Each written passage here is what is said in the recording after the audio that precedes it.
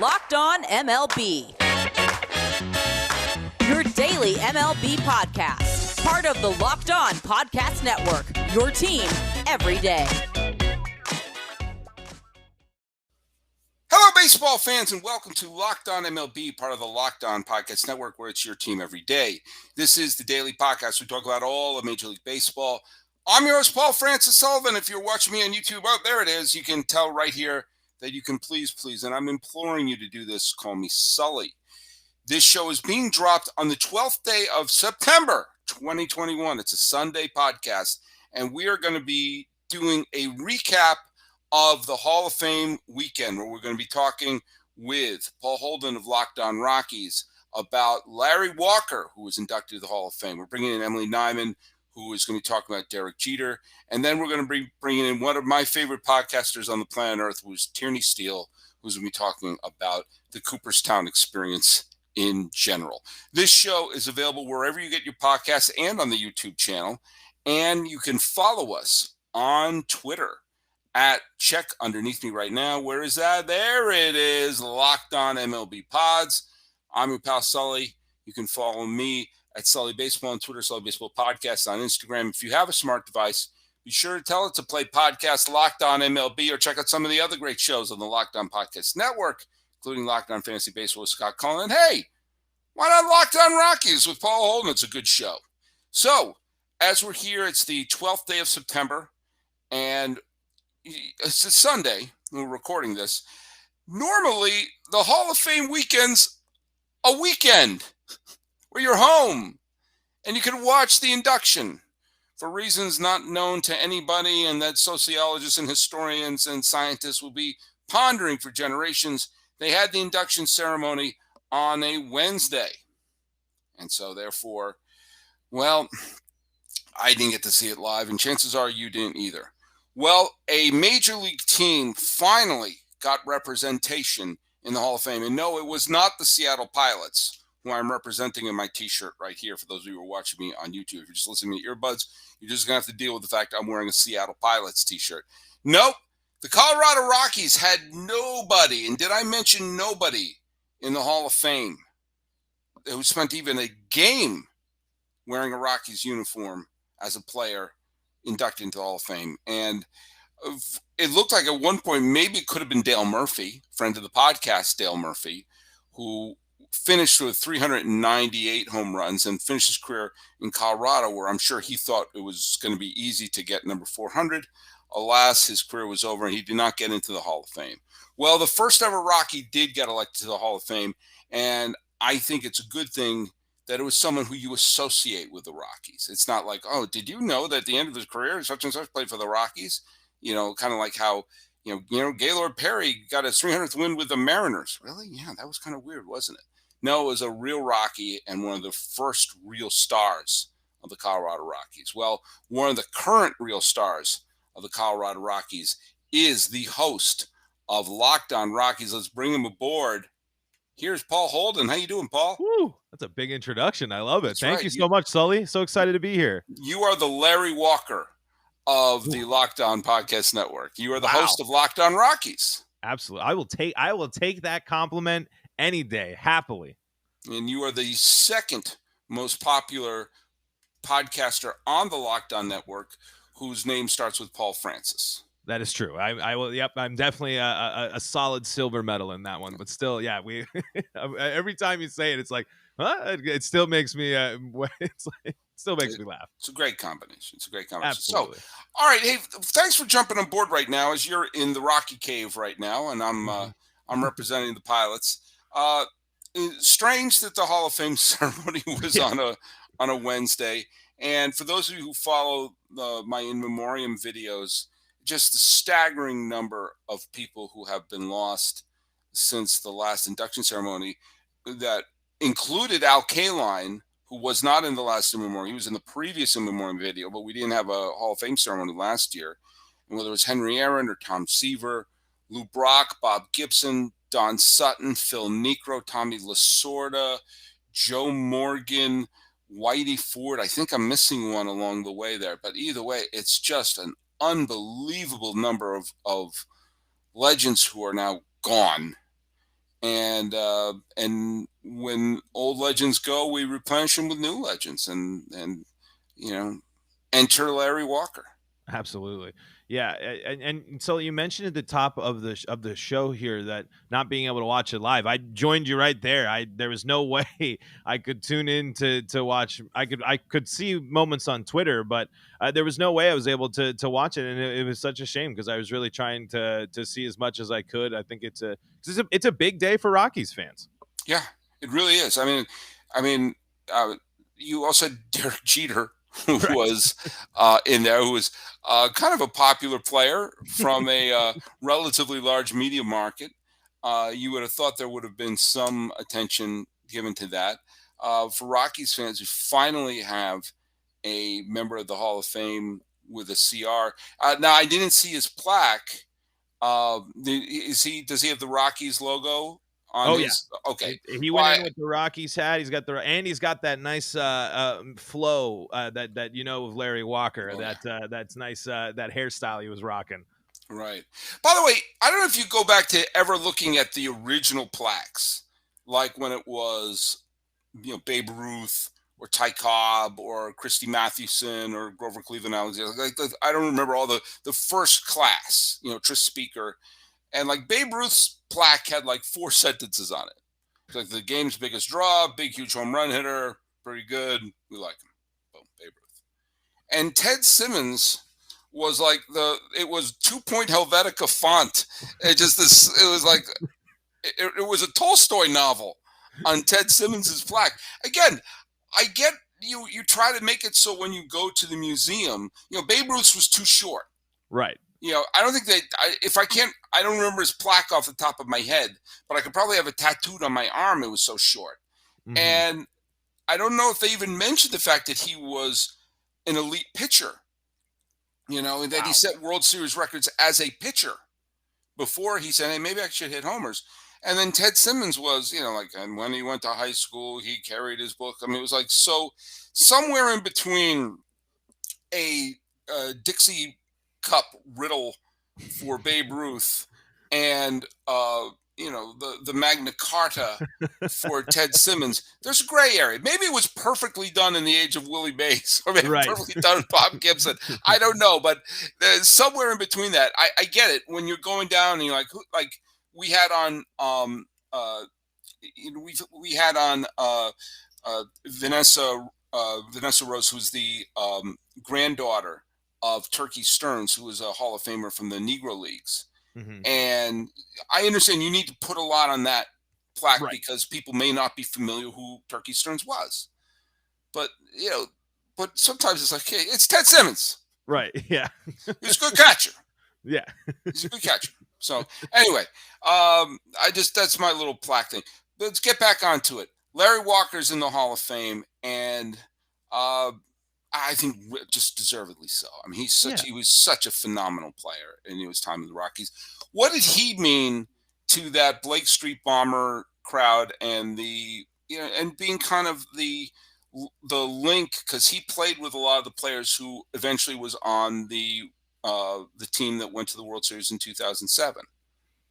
Larry Walker was and the Blake Street Bombers. I mean, they really just helped put the Rockies on the scene. And, the biggest thing that Larry was able to do was become an MVP at one point, becoming the 1997 NL MVP. And it's crazy when you look at today's game and the hitting stats, and then you look at those hitting stats, and it's absolutely unreal what they were doing back in the day in terms of offense. But when you watch Larry Walker, and when you grew, because the thing with Larry Walker for me is I was still young when he was there, but he was my first ever favorite player. He was my first ever favorite athlete. He was the one you'd go crazy train plays at Coors Field. What's going, he's coming up to bat. And then not only is he a fun guy to listen to off the field, he just comes up and he performs. Not only can he hit, he can perform well in the field. I got one of these commemorative Larry Walker Gold Glove pins here from back in the day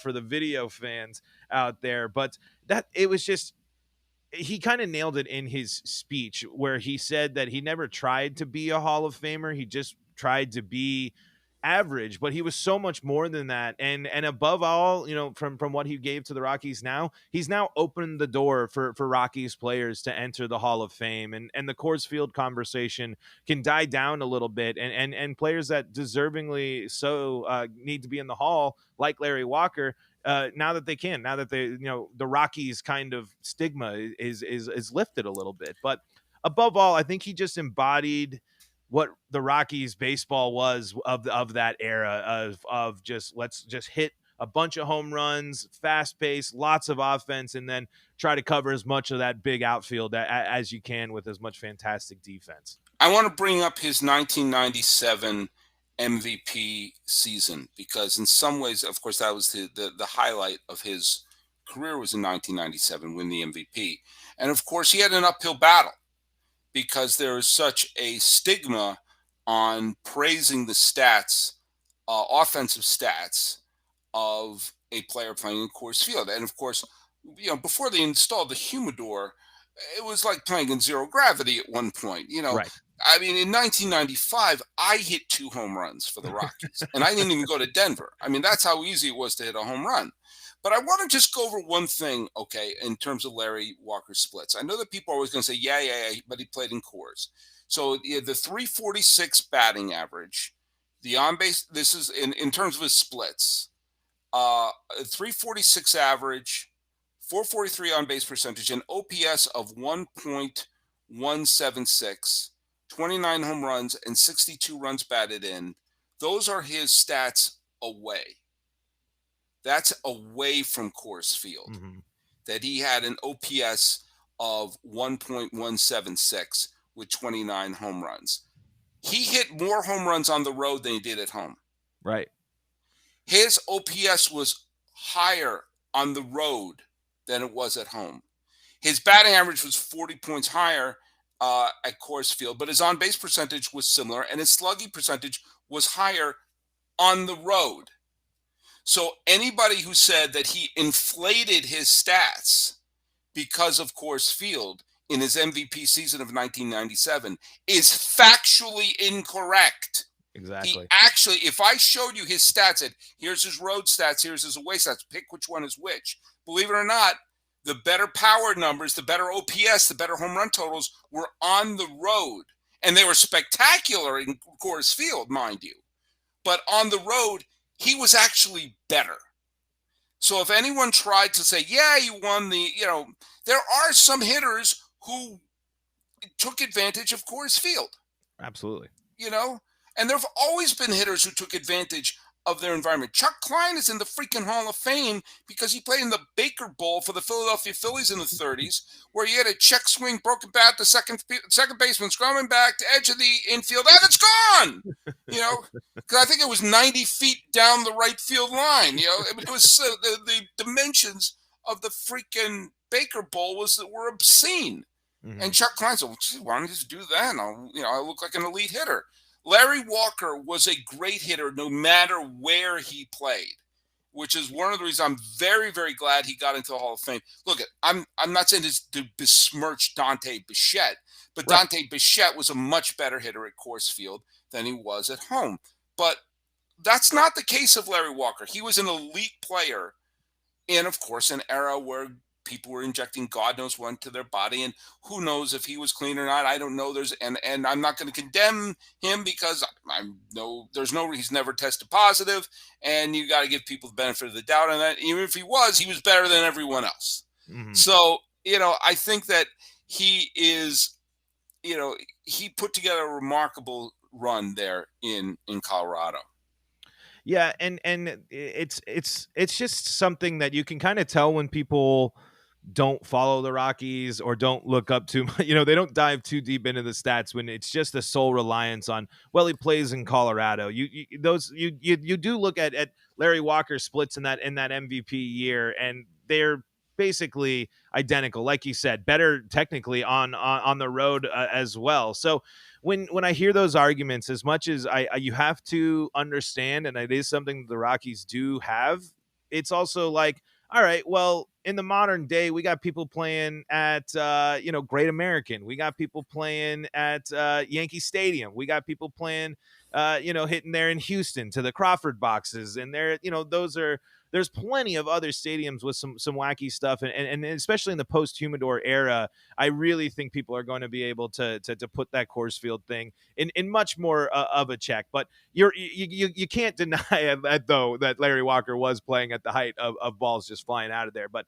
out of the Blake Street Bombers, he was the one that was able to have the most all-around success and not rely solely at hitting bombs on Blake Street. That Right. you nailed it exactly. And Larry was good after that MVP season as well. That's the thing. He didn't still his best season. You can say he peaked, but he's an all-star the next 2 years in a row, and with MVP votes there, he's got a Silver Slugger and Gold Gloves. Yeah, he's a Gold Glove outfielder too. Yeah, he's a 5-time Gold Glover. I mean, right.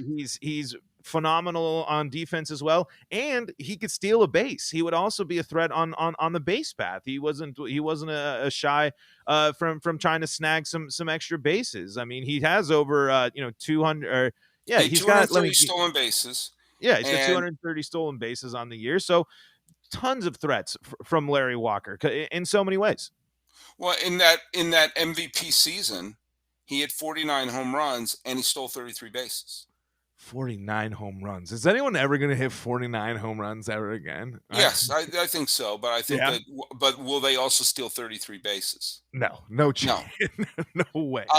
Yeah. And of course, towards the end of his career, he wound up he played on the 2004 Cardinals, who went to the World Series, got bonked by the Red Sox. And then in 2005, he played on the team that I really thought was going to go to the World Series. The nanosecond Albert Pujols hit the home run off of Brad Lidge. I thought, the Cardinals aren't going to be denied. And then the Astros wound up going and getting bonked by the White Sox. And then he hung them up after the playoffs. And bad timing, Larry, because hung around for one more season. He could have got that elusive World Series ring with St. Lou. But when you talk about elusive World Series rings, just one of the great what-ifs in the history of baseball still has to be the 1994 Montreal Expos. Right. Yeah, because he was, lest we forget, he's a favorite son of Colorado, but he's a native of Canada. And he played for a team. Now, remember for those of you who don't remember, the Montreal Expos in 1994, everything gelled. And they had a remarkable team, talented left and right. They had an excellent manager in Alou. Moises Alou was great in the outfield. They had Pedro Martinez was on that team. You had two future Hall of Famers were on that team, Larry Walker and Pedro Martinez. You had an outfield of Moises Alou, Marquise Grissom, and Larry Walker. That's got to be one of the great, in terms of maybe not Hall of Famers, but those three players at the peak of their powers that year. And they were going to run away with the National League East. And throw a monkey wrench in the Braves' run of division titles. And this was a time, remember, the two-time defending world champs were the Blue Jays at the time. Right. So there could have been a chance of 3 straight World Series going to Canada. And the other teams that were in first place at the time of the strike were the Cardinals, the Dodgers were in first place. None of them were remotely as good as Montreal was that year. And of course, anything can happen in the postseason, but that Expos team looked like they were ready to just steamroll. Right. And even though, the strike pulled the plug on the season, and the Expos did have a few good years post-strike. They actually contended in 96. They contended in 02 and 03, but the fans never came back. And you would have, and at one point, Montreal was a really hopping baseball city. And with the popularity that the Blue Jays had, if the Expos could have turned that and turned it to a new ballpark, which would have been inevitable with a World Series title, would we still have the Expos? Would the Expos have thrived? Montreal, I think, will eventually get another team. It's been so long. My God, it's been, 26 years since the strike? Right. 27 years since the strike. They moved it back a year, but that you can't help but wonder what would have happened if that '04 team could have, that '94 team could have done it. Yeah, no, you absolutely nailed it, and that is something even Larry mentioned in his own Hall of Fame speech. It's kind of, I feel like when you're a player and when something like that is clicking, and you're just looking at Larry's stats in that '94 season, batting .322, OPS at .981. That was a team that was poised to do some damage, and it would have been great because it would have been really interesting what baseball's future would be if the Canadian teams had that stretch. What would that mean for baseball in Canada? Because you listen to Larry Walker's speech as well, and it sounds like, at least when he was growing up, youth baseball and where he was not really a thing. He had to go, and he said he was playing only 15 to 16 games a summer when he was growing up, and he took a while. So you do wonder what that might have done for Canada's just passion for baseball going forward. Obviously, still a lot of passionate Canadian baseball fans out there, but I'm with you. I think it would be great for Montreal to have a team again, and for Larry to be a big part of that team for a chunk of time, and to still wear that maple leaf proudly, even in Colorado, I think is very important for him and for Canada. Well, Only the second Canadian in the Hall of Fame as well. When you look at it, Fergie Jenkins, I think, is the first, and so Larry's the first position player to join the Hall of Fame from Canada. So that's another really cool thing there too. I think Joey Votto's going to join them eventually. Has to. And eventually who's going to join them will be Paul Holden. And Paul, where can people follow you? You can follow the show at LO Rockies for your daily Rockies commentary. They're a lot more fun right now than you might think. And you can follow me at Paul Holden 33. It's actually the Rockies have a really, really interesting month of September coming up. And I'm sure for some of your fans out there, you're probably going to run into the Rockies, and it might be a little more interesting than you might think. Paul Holden, thanks for being part of Locked On MLB. Hey, let's talk a little bit about DirecTV Stream. Does this ever happen to you? You've got one device where you catch the game live. You got another one that lets you stream your favorite shows. You're watching sports highlights on your phone, and you're using your friend's the password to get into all the other good stuff. Well, let me tell you something. There's a simple way to get all that entertainment that you have without the hassle. And it's a great way to finally get your TV together. It's called DirecTV Stream, and it brings you live TV and on-demand all together like never before. So you can watch all your favorite sports, movies, docs, streaming shows, whatever, in one place. That means no more juggling remotes and no need to buy another device ever again. And the best part is there's no annual contract. So get rid of the clutter and all the confusion and get your TV together with DirecTV Stream. You can learn more at directtv.com. That's directtv.com. A compatible device is required, and content varies by package. Okay, everyone, we are continuing our special Hall of Fame edition. We talked about Larry Walker, and it's not often that someone gets to upstage Derek Jeter on any day, especially when talking about the Hall of Fame. But hey, we talked about Larry Walker up front, but then we're going to bring up the captain. And it's always dangerous when I talk about the Yankees. I could say the most glowing, wonderful thing about a Yankee player, and someone accused me of anti-Yankee bias. So I decided the best thing to do was to bring in someone who knows the Yankees backwards and forwards, and this would be the host of the Breaking Balls podcast and a fan favorite. It's Emily Nyman. Welcome back. Thank you so much for having me during these Hall of Fame times. Absolutely. We just talked with Paul Holden about the Larry Walker and how weird it was that the Hall of Fame ceremony was on a weekend, on a weekday, on a Wednesday. It's like, it's always a fun day that you get to watch this celebration and everything like that. And we were kind of denied that this year. It was kind of weird, especially with Jeter, who, let's face it, would be a pretty decent draw. I mean, it's classic MLB. They're like, how do we bring in new fans? Let's do 7-inning doubleheaders, put a runner on second, and put the most popular Hall of Fame in recent years on a Wednesday afternoon during the school year. Makes sense. You made a great point. When you think about some of the recent Hall of Fame classes, and to be sure, there have been some great players who've been elected to the Hall of Fame recently, but what player has had, and believe me, this is coming from a classic Tory era Yankee hater because I lived in New York at that time and it angered me. But what player had the cross appeal impact that Derek Jeter had? And to not have his Hall of Fame speech and induction be, an event, kind of like they did the Field of Dreams game right, but they screwed up the Hall of Fame. I know. I mean, a few years ago, we went to, my co-host and I and my producer, we went to Piazza and Griffey's induction in 2016, which was a madhouse. It was packed. So I was anticipating Jeter's being even twice the size because it's a hometown guy. That's what I saw, the impact of Piazza, that there was 1 million people there, and it made sense because this area is where all of his fans are. So even when I saw the crowd, because I understand there's a pandemic, so they can't have it packed to the gills like they usually do, but it was still a little sad to see that, Jeter, and not that Larry Walker doesn't deserve it either, but Derek Jeter, of all players who transcended the game, he deserved a bigger crowd than that for this to be it's a once in a lifetime opportunity. So, oh well. The last time we had a ceremony, because obviously last year we didn't have a ceremony, was a couple of years ago where they had a 4-person class. I guess technically they had a 4-person class this year if you include the late Marvin Miller.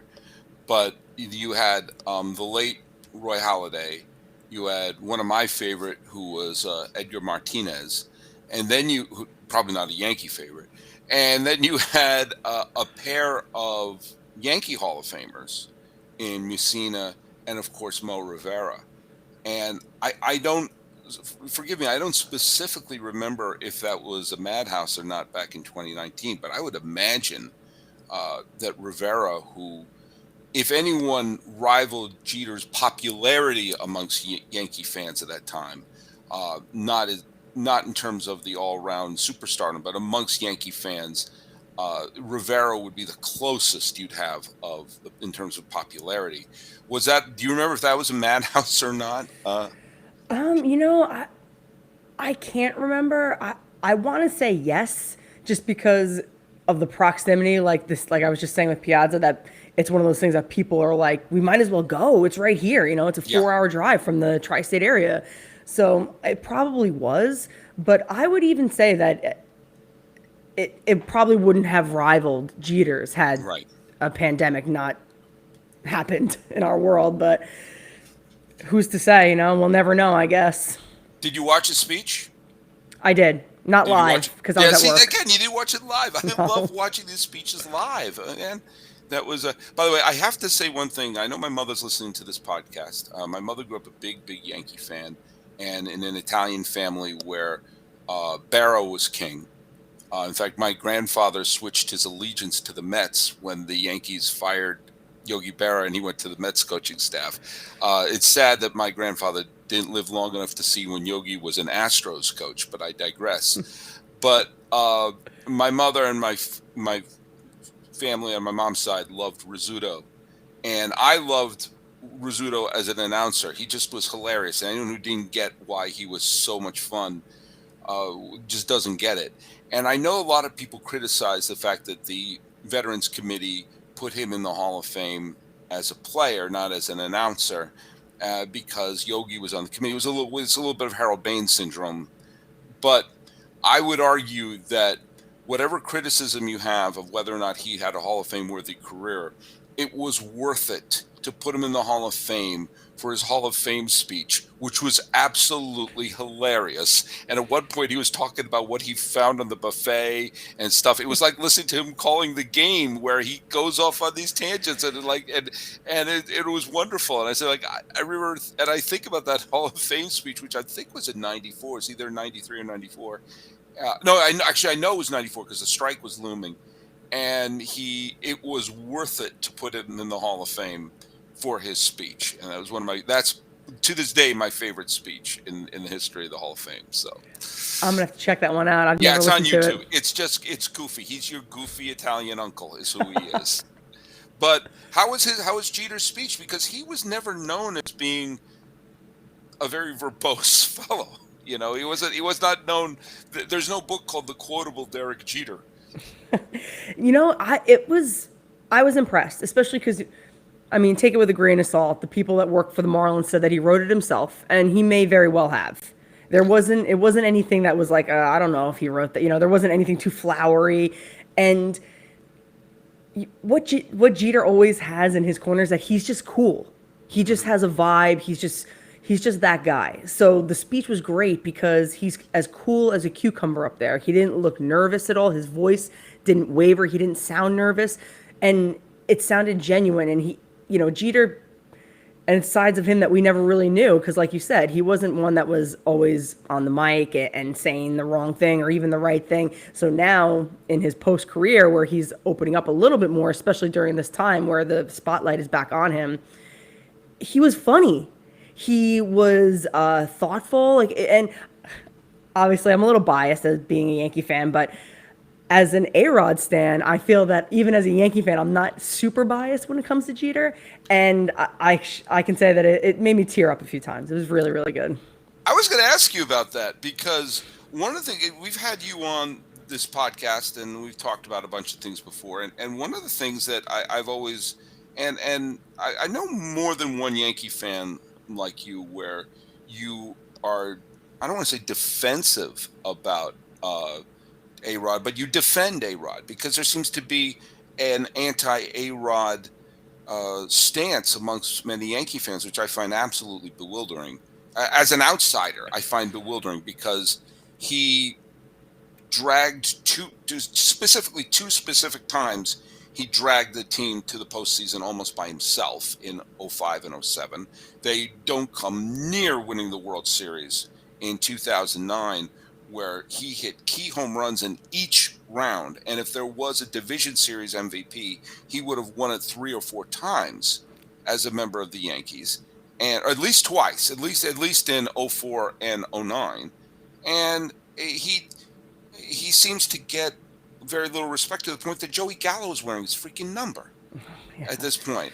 And I think I just delivery for Mr. Pandora. I think I just delivered a Pandora's box of potential upsetting things here. But one of the things that I had said when I heard someone ask, is Derek Jeter the greatest shortstop ever? And I said there were some years he wasn't the best shortstop in his infield. And the one thing that always made me roll my eyes a little was when I heard people say he would have done anything to win. I said, yeah, except move to third when a better shortstop showed up. Which of course you were not allowed to say because he's in a stained glass window. He's saying Derek Jeter. He cures the sick. But and I'm still convinced his farewell tour is happening. But which got to be ridiculous. And this is the last time he's eaten a corn dog in Baltimore. But as someone who has defended A-Rod over the years, does it ever come to the point where it becomes you have to be either an A-Rod or a Jeter guy? The same way when I was younger, it was like you were a Reggie guy or a Munson guy. You know, can you be both, or do you kind of have to pick a side? You know, people really, they want me to pick a side. Like I of course. By people, you mean you. By you, by these. That's neither here nor there. But I feel like the only times that it will come up where I feel like I'm being forced to pick a side is because someone is forcing me to make the comparison and then defend A-Rod, where you can't talk about A-Rod among other Yankee fans without someone bringing up Derek Jeter, without fail. So it gives the illusion that I'm a pro A-Rod and anti Jeter, which, I mean, I don't know how you could possibly be a Yankee fan and be anti Derek Jeter. It's you'd have to turn in your Yankee fan card. So I know that people may be surprised to hear that because certainly I've had to defend A-Rod, and of course it always comes off like it's a negative against Jeter, but it really isn't. You can talk about a player and talk about them objectively being a better player without it being a slight to the other player. But because of the mystique and the legend of Derek Jeter, that's only going to continue to grow. It's just going to be an impossibility. And Yeah, I mean, I don't think that you should have to choose sides, but people will make you choose sides. I'm going to make a bizarre analogy that makes complete sense in my head. And it probably makes no sense anywhere else. There is a weird rivalry between Star Trek fans and Star Wars fans. And it's like, are you a Star Trek guy or Star Wars? Well, I grew up loving Star Wars, but I also watched Star Trek. And, my brother went out writing for Star Trek, and we would write Star Trek stories. And it's kind of like, I don't understand why, like, they're different. They have different tones. They have different feels. I can like pizza and sushi. I can like two different things. And even though they both have spaceships and they both have laser guns, and sometimes there's battles and sometimes there's sort of spiritual stuff, I like them both. And maybe I lean towards one more than the other, but it means I'm not at the expense of the other. And so I do find that a little odd. I know that there was, amongst some of my friends here in Los Angeles who grew up, who were around our age, where there was, do you prefer Magic or Kareem? It's like, well, yeah, I may lean towards more than the other, but you still love, they're both great, so I totally agree with you. Last thing I want to ask you about Jeter is kind of, where does he fit in the pantheon with a little bit of distance after his retirement, and with the sense of what he meant at being the captain of so many great teams? Obviously, if you're going to say who are the two greatest Yankees of all time, it's still Ruth and Gehrig. They're still 1 and 2 in Yankee history. But Jeter played longer than DiMaggio. No one else got to 3,000 hits as a Yankee. He stayed healthier than Mantle. And he put up better career numbers than Berra. I mean, you're starting to think that, when you think about the legends in the history of the Yankees, is Jeter a top 5 all-time Yankee? Personally, yes, I think so. And I know I'm going to catch a lot of heat from this if Yankee fans are listening, but I would even put him... They are. Believe me, if you read my comments, they are. I would even put him above Gehrig and Ruth, if for no other reason than Ruth and Gehrig only played white guys. That's true. It was pre-segregation, and I'm not trying to take away from anything. Those players, they were only born in that time, so they can only play during that time. But with that being said, I can't compare pre-segregation, pre-integration baseball to now. So that's a fair point. That is a fair point, and one that, that's one of the reasons why I would put DiMaggio lower, who played in, I think, only the Indians integrated at the very end of his career, and Jeter played longer and put up bigger numbers. And so no, that's a very fair point. Okay, look at that. Before anyone cries blasphemy, first of all, if you do think that it's being blasphemous, then please look below. The Twitter handle is MSheDoesIt, so that's where you send your comments to, right there. Make sure you have that graphic ready. But I'm ready for all the smoke. It's a very fair point. You have to take a look at the competition, and don't talk to me about thin talent pools now.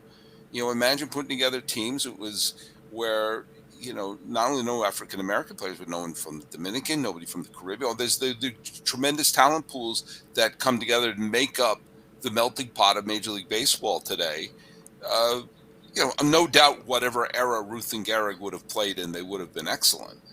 But who knows what their numbers would have been had they faced the best competition? Exactly. Lou Gehrig never had cool Papa Bell running down his fly balls, and never had to face Satchel Paige on the mound. So that's one of those are very fair points. You make fair points, and if you want more fair points, you should probably check out the Breaking Balls podcast, which is hosted by Emily Nyman. And is there any other places they can find you, or where people can follow your terrific stuff? Or did I cover it all?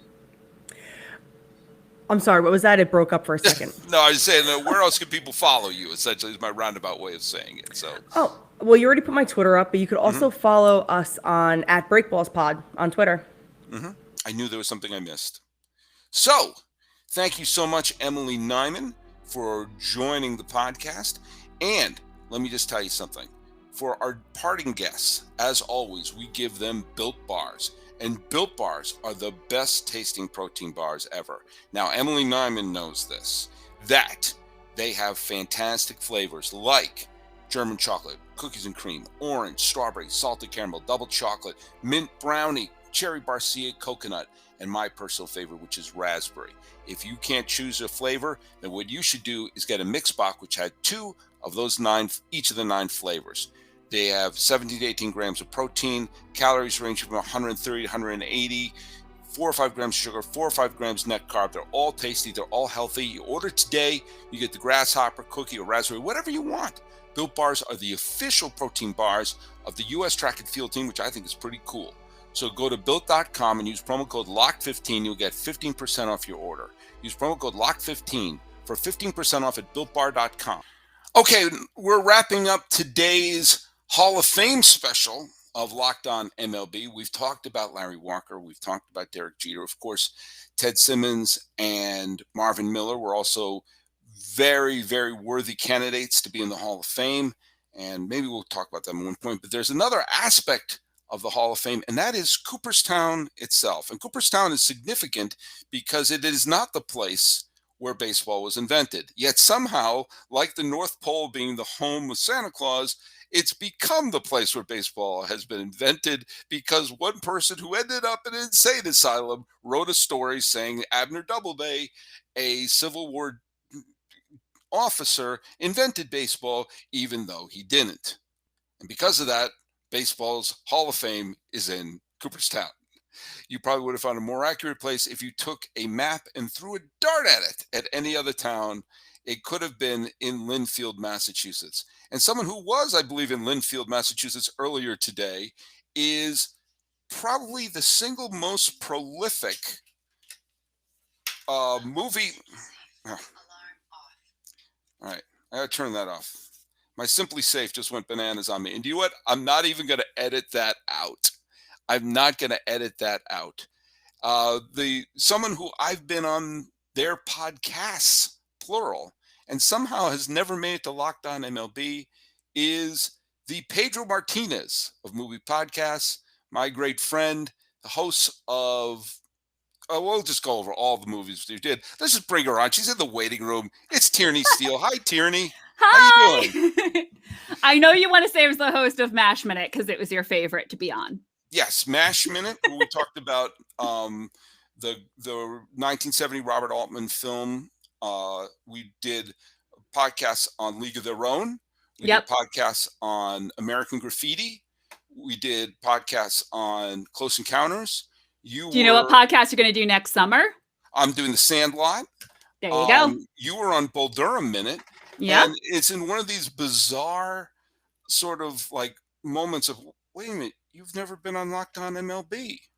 And our love of movies and of baseball was what made us became these podcast friends. And we must correct that oversight. Welcome to the podcast, Tierney. Long-time listener, first-time guest. All right. First-time caller. Yeah, it's I think the Red Sox need more pitching.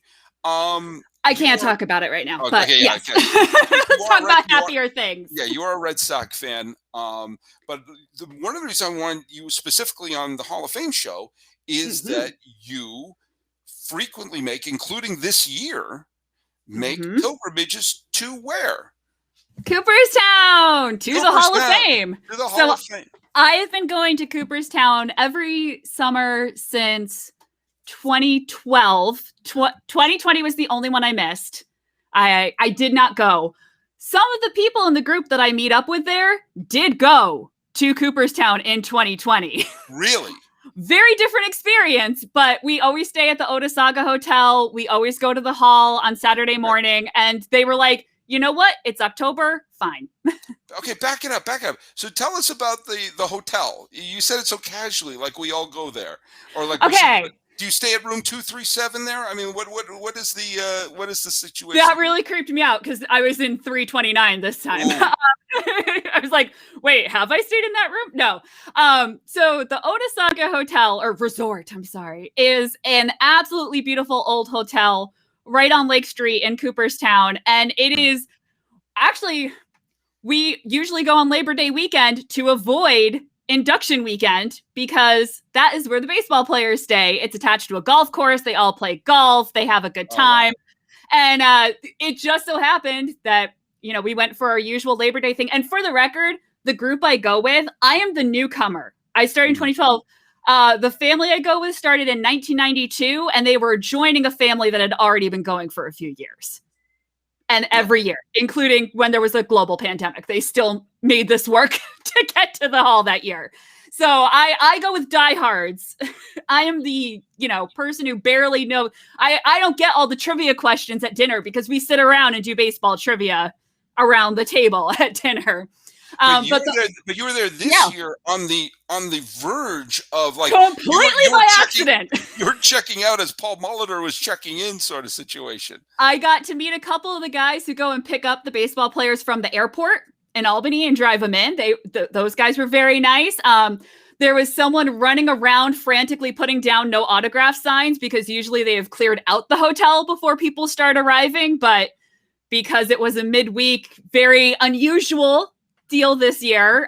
Yes, I technically could have overlapped, but really what I got to do was watch them hang out the windows and unfurl the banners welcoming people. So I always, it's interesting you stay at that hotel because I've seen like pictures. I follow a few Hall of Famers on Twitter and they always post pictures there. And I always got the sense that I'm looking at the Fortress of Solitude. Like they picked this hotel so they can walk around the lobby and walk around outside and bump into Rod Carew or bump into Fergie Jenkins or whomever without having, you know, me to deal with. Yeah, he's saying you mean everything to me. Like they want to be able to have it so it's a safe place for them to enjoy this weekend amongst each other because they're going to be, you know, coming out as the Legion, as the Super Friends eventually. But this is where Aquaman and Green Lantern can hang out and just sort of like, you know, hang out by the buffet and you know, and talk. And so that's where you were on the verge of the players showing up. Literally, I went to the Hawkeye Bar one night, and then the next day, or maybe it was 2 days later, but 2 days later on Twitter. What is the Hawkeye Bar? What is the That's Hawkeye the name Bar? of the bar in the Otasaga Hotel. So you would love this place. You would love this place. Dying to be there. But then there was a picture of Larry Walker with someone literally standing in the same place where I ordered my G&T 2 days before, and I was just like, I want to go back. So you had a Hall of Fame worthy G&T. Apparently. I did not see what he was ordering. I don't even know if Larry Walker drinks. We're not that close, but did they still have did you go to the museum this year, the Hall of Fame museum? Yeah. So I went in this year. So one behind the scenes thing I can tell you is part of all the drama and everything. There is no Marvin Miller specific merch in the gift shop. He's on his name is on everything. His pictures, they gave, obviously we're members because we go every year. So we got to get that discount. He's on the thing. So it's not like they're ignoring him. Those of you just listening, Tierney is holding up the program. Yeah. With video and audio. Tierney is holding up the program. The yearbook. Yeah. So he is included and he is going to have a postcard. They have little postcards of the plaque of everyone that's been inducted. And so obviously he'll have one of those. But I actually did go and ask like, hey, have you guys got any Marvin Miller merch? And the woman kind of laughed and she's like, no, he's just on the overall stuff. Marvin Miller merch. Man, let's say that 5 times fast. I really wanted some. I have a friend who literally wrote a paper on Marvin Miller in high school. And I was like, I'm going to earn so many brownie points with this, but was not meant to be. And it was before the induction. So I couldn't even get the postcard yet because those are held, behind a velvet curtain until it's revealed. Right. So, by the way, because you and I did, I was a guest on the League of Their Own podcast that you hosted and produced. Do they still have the All-American Girls Professional League? Is there an exhibit of their work still at the Hall of Fame? There is an exhibit. It does not look like in the movie. Okay. It is called Diamond Dreams. It's the women in baseball. It covers more than just the league. Actually, there's some really cool stuff there. And I think I just saw they put out a call. They're restoring one of Julie Croteau's mitts. Ugh, can't talk. But it's on the second floor. It's a great exhibit to walk through, but it does not look like the movie. So if we're waiting for that, gird your loins, gird your heart accordingly. There also is a baseball at the movies exhibit, which you would just die over. How are we not in that? How are you and I not in that? Is there a baseball podcasters at the movies exhibit that you and I would be in? And it's right next to the baseball writers. So yeah, this is like our wing of the museum, basically. It's just a matter of time, Tierney. It's just a matter of time. Outside, they have a little like fake marquee. They put up posters, and I've been there when the A League of Their Own poster was up. That right now it was the Sandlot, which felt like a very good sign because I just announced Sandlot Minute next year.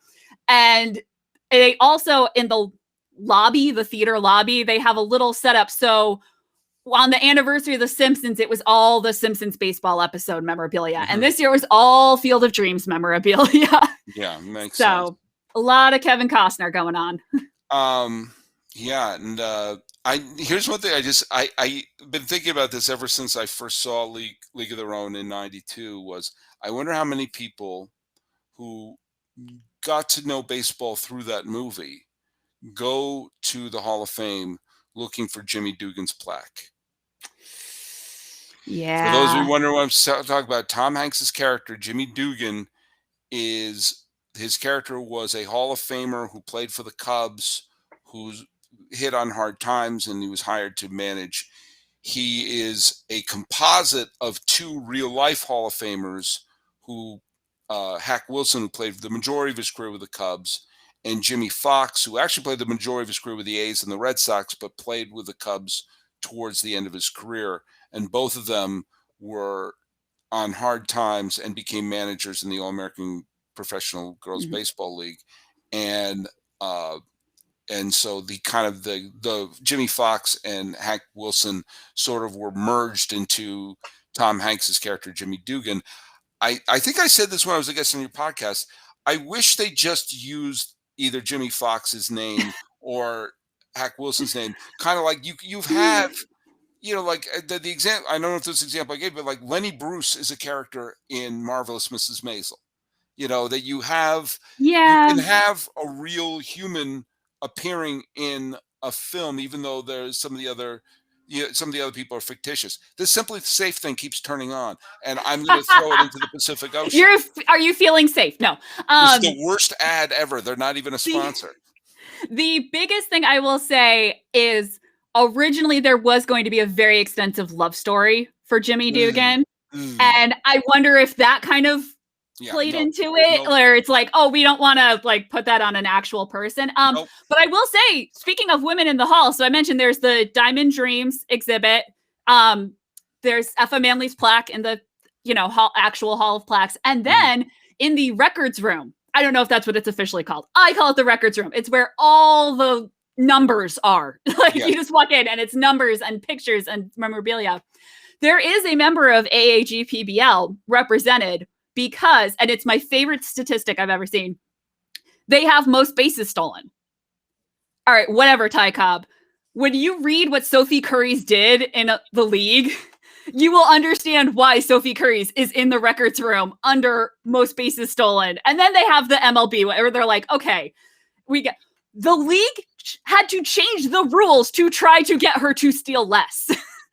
And my favorite part of the whole explanation, I don't remember her total number. I just remember that in one season, she attempted 203 steals and she succeeded 201 times. So she was caught twice. So she's in the record room because she's amazing. I'm assuming Dottie threw her out the two times that she was obviously Dottie was real. And so the hall is amazing and they have a great gift shop, but what you really want to do, if you're not a Yankees fan, you will get over this so fast. Mickey's Place is a really great store right across the street. Obviously a little heavy on the Yankee stuff because it's Mickey's Place, but they also have all the like independent and minor leagues. That's where I got my Toledo Mud Hen shirt, a great kid section, and the whole street. my full of stuff. Mariners hat that I have, which is the star with the trident, I couldn't find it anywhere else except Mickey's in Cooperstown. Everyone had the trident from the Yep. early 80s, late 70s, but I wanted the one which is the trident in the star, and I couldn't find that except with a mesh cap. And and it was Mickey's in Cooperstown is where I ordered it from. So Yep. there you go. But I would also recommend, if you ever go to Cooperstown, just walk down that main street, because there are a lot of smaller stores that aren't able to have the online presence that Mickey's does because it's so famous. And I believe it was in Pioneer Sports. Little, you walk in, the metal racks of memorabilia are on either side of you, teetering. You start sneezing from the dust. And that is where I found my AAG PBL baseball cards that I bought this year. Look at so that. I'm That's holding fantastic. up. I got Faye Dancer, who inspired Madonna's May Motivita character. Mm-hmm. I have Maddie English, because this photo is the one that was on the cover of like every book about the league that I read when I was a little girl. Yep. And Sophie Curry's, because she's my girl. So yeah. Well, look, you are the Pedro Martinez of movie podcasts, and you are my go-to Zagat guide reviewer of all things Cooperstown. Tierney Steele, where can people follow you in the interwebs? Best thing to do is to look me up on social media at One Steel Sister, ONESTEELESISTER. If you stick a .com on the end of it, that's also my website, which links to all the podcasts I've done and the book that I swear is coming. I also have to learn self-publishing after writing a book. So it's taking a little bit longer, but everything is there. And that will also have links. Summer 2022, we're doing The Sandlot. We're not doing 1 minute at a time. We're doing 9 minutes at a time. So a whole baseball theme thing. Well, am I going to be asked to be in that one? I love that I put you down on the guest list. I did not even ask you. Want to be on it, Sully? You didn't ask me, but I'm thrilled. I'm thrilled to have been on it. Well, look at Tierney. Thanks so much, and thank you, Paul, and thank you, Emily, for being part of the Hall of Fame edition of Locked On MLB, part of the Locked On Podcast Network, where it's your team every day. And if you want to follow us on Twitter at Locked On MLB Pod. Same handle for Instagram. I'm your pal Sully. I'm at Sully Baseball on Twitter. Sully Baseball Podcast on Instagram. Easy for you to say. And guess what? Betting on baseball doesn't have to be the guessing game. If you listen to the new Locked On Bets podcast, hosted by your boy Q and handicapping expert Lee Sterling, you can get daily picks, blowout specials, wrong team favorite picks, and Lee Sterling's lock of the day. Follow the Locked On Bets podcast wherever you get your shows. That is sponsored by betonline.ag. This has been Locked On MLB for the 12th day of September 2021. I'm your host, Paul Francis Sullivan. Tierney Steele, what can people call me? Sully. Yeah, I think that will work. We didn't even talk about where to eat.